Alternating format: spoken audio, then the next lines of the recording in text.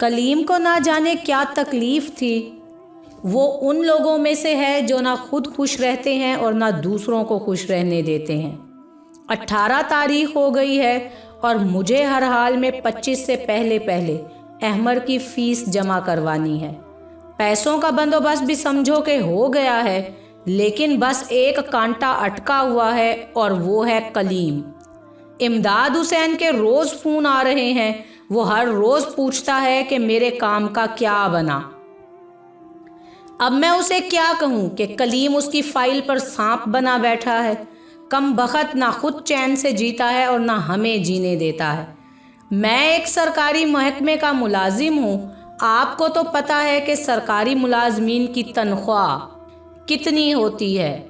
یہ تو وہ چادر ہے کہ سر پہ اوڑھو تو پیر کیا گھٹنے تک کھل جاتے ہیں۔ اوپر سے یہ ایمانداری کا ٹھیکیدار ہم پر مسلط ہو گیا تھا۔ بندہ آخر کرے تو کیا کرے؟ ارے بھائی، اوپر تو بندہ جب جواب دے گا نا تب دے گا، یہاں تو سکون سے جینے دو۔ امداد حسین ایک کانٹریکٹر ہے جو سرکاری اداروں میں ٹھیکے پر مختلف نوعیت کے کام کرتا ہے۔ وہ اس میدان کا پرانا کھلاڑی ہے، سو جانتا ہے کہ سرکاری محکمے سے کام کیسے لیا جاتا ہے اور کس طرح کا کام کر کے دیا جاتا ہے۔ افسر سے لے کر چپڑاسی تک کو سب کو خوش کیسے رکھا جاتا ہے، یہ امداد حسین اچھی طرح سے سمجھتا ہے۔ پھر ہم تو کہتے ہیں کہ اچھا آدمی وہی ہوتا ہے جو مل ملا کر کھائے، اور امداد حسین سب کی خدمت کرنے میں کوئی کسر نہیں چھوڑتا۔ کلیم ہمارے یہاں بطور سرویئر کام کرتا ہے، بلکہ کام بھی کیا کرتا ہے، الٹا کام روک کر بیٹھ جاتا ہے۔ میں تو ایک چھوٹا سا ملازم ہوں، اس سے تو بڑے بڑے افسر تنگ ہیں، لیکن نہ جانے کیا اڑچن ہے کہ اس کا پتہ ابھی تک صاف نہیں کر سکے۔ بہرحال ماجرا کچھ یوں ہے کہ امداد حسین کے ایک بڑے پروجیکٹ کی ادائیگی ہمارے محکمے کی طرف سے ہونی ہے، اور چونکہ یہ حتمی ادائیگی ہے سو اس سے پہلے پروجیکٹ سروے رپورٹ اور سیٹسفیکشن نوٹ تیار کرنا ضروری ہے۔ یوں تو سب دستاویزات تیار ہیں، لیکن کلیم بطور سرویئر اس پر دستخط کرنے کے لیے راضی نہیں ہے۔ اس کے حساب سے پروجیکٹ پر غیر معیاری مٹیریل استعمال کیا گیا ہے اور معاہدے کی بہت سی شقوں کو سراسر نظر انداز کر دیا گیا ہے۔ اب اس الو کے پٹھے سے کوئی یہ پوچھے کہ سرکاری محکمے میں کام ایسے نہیں ہوگا تو کیسے ہوگا؟ اب مسئلہ یہ آن کھڑا ہوا کہ سرویئر کے دستخط کے بغیر ادائیگی ممکن نہیں ہے۔ میں کلیم سے خود بھی ملا اور اسے سمجھایا کہ بھائی تیرے باپ کا کیا جا رہا ہے، الٹا کچھ نہ کچھ مل ہی جائے گا نا، تیرے بچوں کے ہی کام آئے گا۔ لیکن اس کی کھوپڑی میں تو بھس بھرا ہے، سمجھنے کی بجائے الٹا مجھے لیکچر دینے لگا۔ اس کی بکواس سننے کی تاب مجھ میں نہیں تھی، سو اس پر لعنت بھیج کر چلا آیا۔ لیکن یہ بات میرے دل میں پھانس کی طرح چبھ گئی، جیسا کہ میں نے بتایا کہ مجھے ہر حال میں 25 تاریخ تک احمر کی فیس جمع کروانی ہے، اور تنخواہ میں سے اتنی بڑی رقم نکالنا ممکن نہیں ہے۔ میں نے احمر کو ایک بہت ہائی سٹینڈرڈ کے سکول میں داخل کروایا ہے۔ یہ شہر کی معروف اسکول چین ہے اور کیمبرج سسٹم سے وابستہ ہے، گو کہ اس کی فیس اور دیگر اخراجات میری آمدنی سے لگا نہیں کھاتے، لیکن بچوں کے مستقبل پر تو کوئی سمجھوتا نہیں کیا جا سکتا نا۔ میں اپنے بیٹے کو کامیاب دیکھنا چاہتا ہوں، اور گلی محلے میں بنے 2-2 ٹکے کے اسکول میں پڑھ کر تو یہ ممکن نہیں ہے۔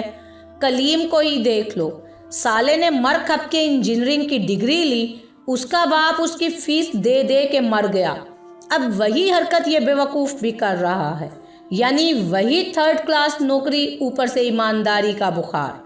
مزے کی بات یہ ہے کہ اب اس کے بچے 2 کمرے کے اسکول میں پڑھ رہے ہیں۔ ان لوگوں کی نسلیں ایسے ہی ذلیل ہوتی رہیں گی، لیکن عقل نہیں آئے گی۔ بہرحال حل تو ہر مسئلے کا موجود ہوتا ہے، بس تلاش کرنے والا ہونا چاہیے۔ سو میں نے ہمت کی اور حل نکل ہی آیا۔ میرا پلان سادہ سا تھا، آج صبح میں گاڑی کی بجائے بائک لے کر دفتر کے لیے نکلا۔ دفتر آنے کے لیے میں گاڑی استعمال کرتا ہوں، لیکن گھر کے چھوٹے موٹے کاموں کے لیے بائک استعمال کرتا ہوں۔ لیکن چونکہ اسپیشل ڈے تھا سو آج بائک پر آنا ضروری تھا۔ ہاں البتہ کچھ جلدی نکلنا پڑا کہ شکار پر جانے کے لیے جلدی ہی نکلنا پڑتا ہے۔ سیاہ شیشے والی سرخ ہیلمٹ میں میری شناخت صرف ایک بائیکر کی حیثیت سے ہی ہو سکتی تھی۔ میرا وقت کا اندازہ بھی ٹھیک ہی نکلا۔ بمشکل 2-4 منٹ انتظار کرنے پر مجھے وہ گھر سے نکلتا ہوا دکھائی دیا۔ اس نے سفید قمیض پہنی ہوئی تھی اور اس کا نیلا ہیلمٹ بائک کی ٹینکی پر رکھا ہوا تھا۔ اندھا کیا چاہے 2 آنکھیں۔ 2 گلیاں کراس کر کے ہم مین روڈ پر آ گئے۔ یہاں ٹریفک کی رفتار نسبتاً زیادہ تھی۔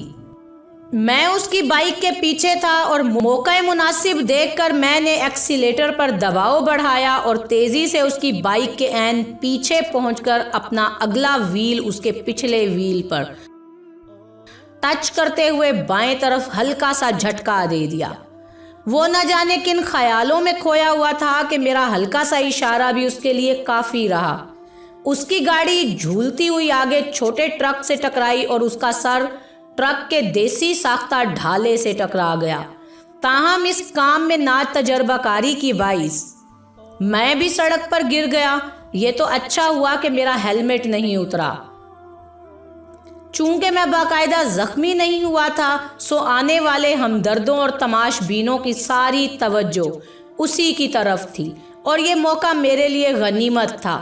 میں لنگڑاتا ہوا اٹھا اور کپڑے جھاڑنے کی بجائے بائک پر بیٹھ کر تقریباً اڑنے کے سے انداز میں تیز رفتار سے وہاں سے نکل گیا۔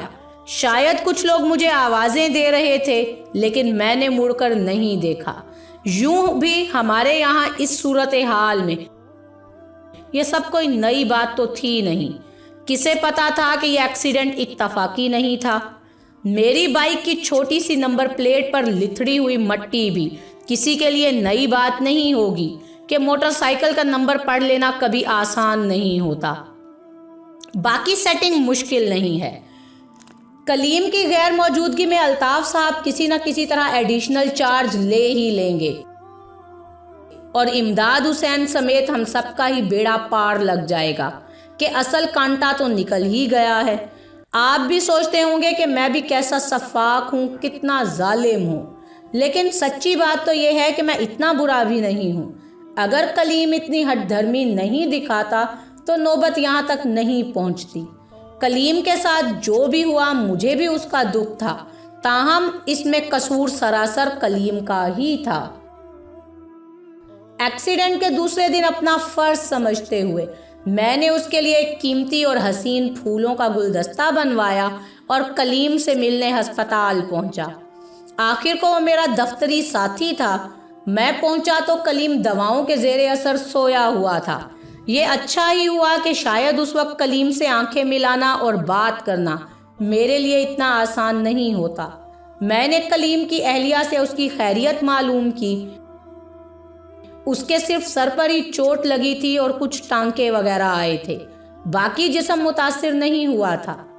رسمی کلمات کے بعد میں نے اجازت چاہی اور چلتے وقت ایک معقول رقم کا لفافہ اس کی اہلیہ کے ہاتھ میں تھما دیا کہ کلیم کے علاج معالجے میں خرچ کر لیں، اور اسے کچھ کہنے کی مہلت دیے بغیر نیچے اتر آیا۔